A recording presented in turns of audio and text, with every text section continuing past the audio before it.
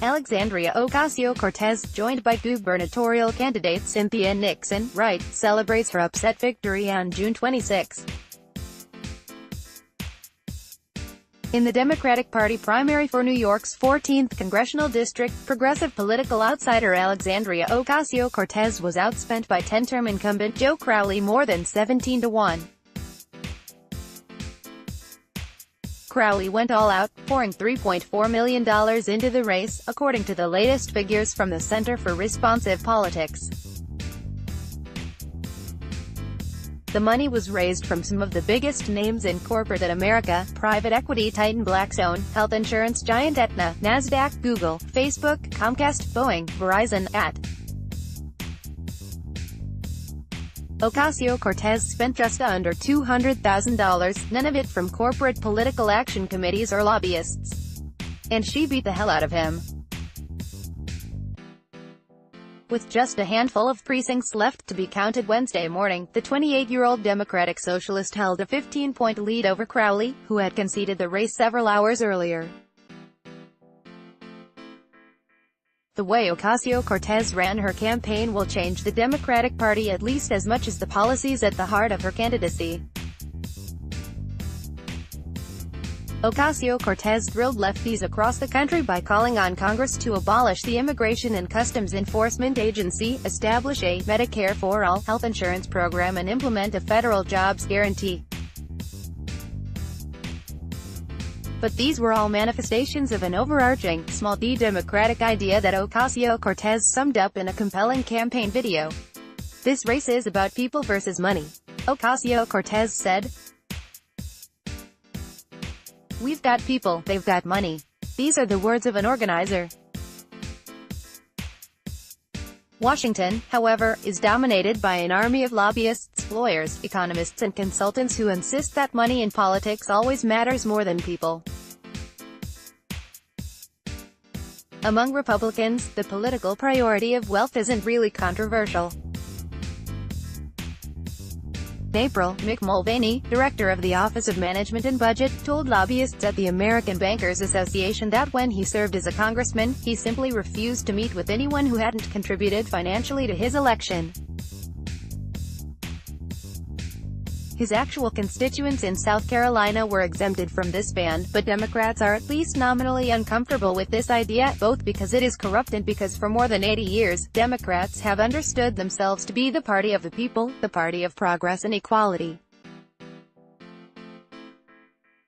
So big money Democrats and big money groups that want to win over Democrats deploy swarms of metaphors and euphemisms to distract from their fundamentally anti-democratic enthusiasm for corporate cash. No Label celebrates problem solvers, while Third Way embraces the moniker of radical centrists. Democratic Party leaders typically plead pragmatism on big money.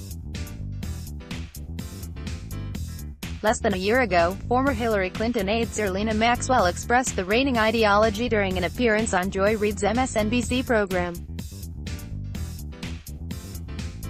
She essentially declared the yet-to-be-launched Ocasio-Cortez campaign an impossibility.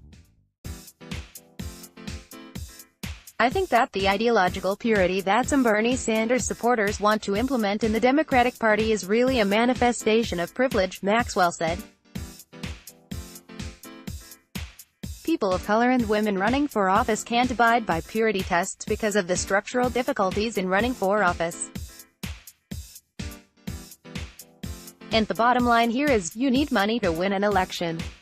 The endgame for Maxwell was overturning the Supreme Court's 2010 Citizens United decision, which allowed corporations to spend unlimited amounts supporting any candidate they want to see in office. Until legislation could be passed ending the electoral advantage held by organized money, Democrats could never win elections by relying on organized people alone, and it would take Democratic victories to defeat Citizens United, or so the argument went. The only way to get rid of big money in the long run was to rake it in right now. People listen to such fatalism because money really does matter in elections. If it didn't, the richest and most powerful people in the world wouldn't keep dumping fortunes into the political process. But not every district is the same. In districts and states where the Democratic Party holds an overwhelming advantage, the power of ideas can indeed overcome the power of money. Ocasio-Cortez just proved it. Campaigns like Ocasio-Cortez's can and will soon be launched all over the country. The Cook Political Report lists 31 House districts where the Democratic Party holds demographic advantages at least as strong as those in New York's 14th and 180 districts that are considered solid for Democrats. And a host of Democratic Party organizations are now devoted to getting candidates like Ocasio-Cortez in those seats, from Move On to Indivisible to Our Revolution and the Democratic Socialists of America. In those upcoming contests, the ability to marshal big money will not be a sign of electability, but a scarlet letter. The very fact that the seats are safe from Republican challenge means that the Democrats who occupy them have the power to sustain a genuinely progressive agenda when they get to Washington. The voters who put them in power over big money candidates won't punish them for voting against Wall Street, Silicon Valley or private prisons. As Ocasio-Cortez put it at the close of her campaign video, "It doesn't take 100 years to do this.